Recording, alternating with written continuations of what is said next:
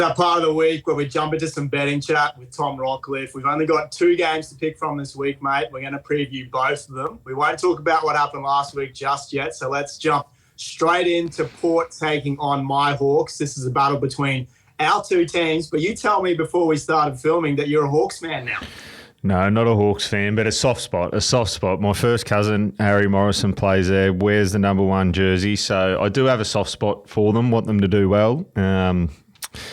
Flip of the coin this week. I think it could go either way, this game, to be honest. I know Hawthorn are in great form and Port Adelaide are going to have to find a way to bounce back, but Adelaide Oval Friday night, she's going to be a ripper.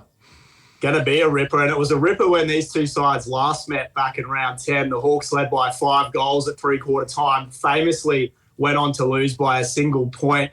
The goal kicking was very interesting that night, though. Blake Hardwick kicked 5 for the Hawks. Dan Houston and Willie Rioli were in the goals for Port Adelaide. If you had to pick a safe goal kicker in this one, Rocky, who are you leaning towards? Safe goal kicker. This will be a lead into our multi a little bit later. I'm going to go Horn Francis. I think he's going to spend a bit of time out of the goal square. They'll put a bit of time and attention into him through the midfield. So I reckon he'll drift forward a bit more, come out of the goal square, 1 out, and maybe the match winner for Port Adelaide. Well, fingers crossed. And what do you make of Marbio Chol last week? He struggled massively. Probably the worst game he's played all year. Struggled to take a contested mark, blew a few chances.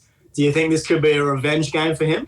Yeah, well, he's going to have to try and fire, isn't he? I mean, he's probably had his best season to date. He started a bit slow down there at Hawthorn. We know he's had his issues in the past, but he found a way to play some really good footy. Last week wasn't his best output. Friday night, 18 degrees, no rain in Adelaide. Should set up okay for him. He's going to have a challenge, whether he gets a Lear or, depending who goes to him, Zerk Thatcher. He's going to have a tough night, but for Hawthorn to win, he's going to have an impact as well.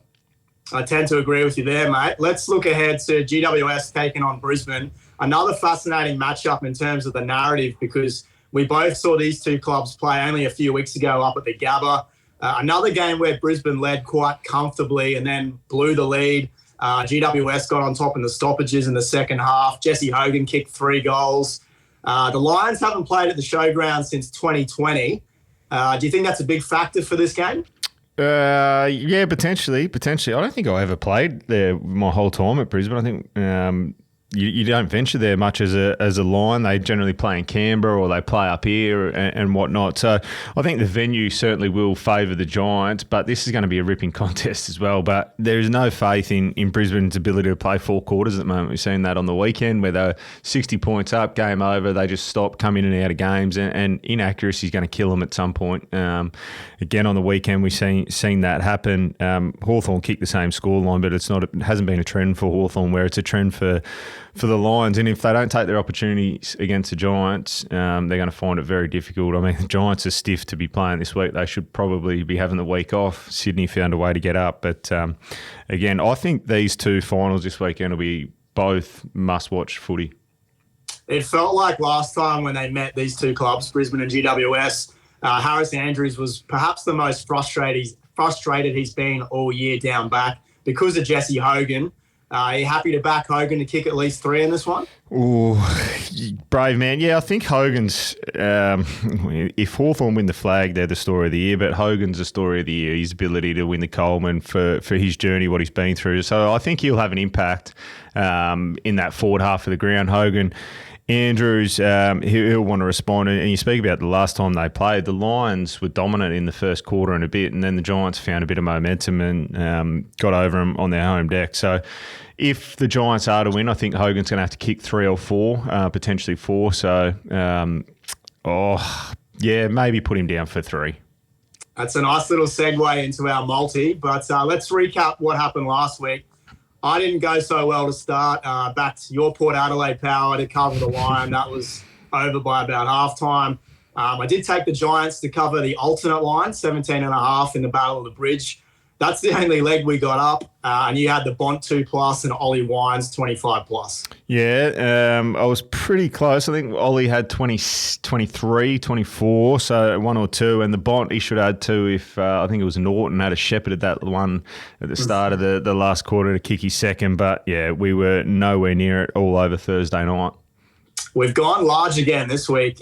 You're leading us off. You've taken Jason Horne-Francis 2+ goals. You've already justified that one. I have taken the Hawks head-to-head, and I'm also taking Jesse Hogan 3+ goals. What's your last leg, mate? I'm going to take Lachie Neale 30+. I don't think the Giants will tag him. I think he'll wreak havoc through the midfield. So we're going. I think this looks juicy by the sounds of it.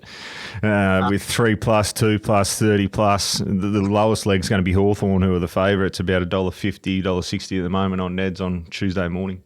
It's very juicy. So to recap, we've got Jason Horne-Francis 2+ goals, Lachie Neale 30+ disposals, the Hawks head-to-head.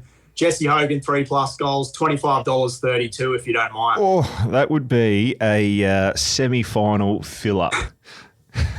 We need it, mate. We're struggling big time. We won't talk any more about that, though. Good chat as always. Hopefully we can get some winners home. Good on you, Ryan. Have a good week.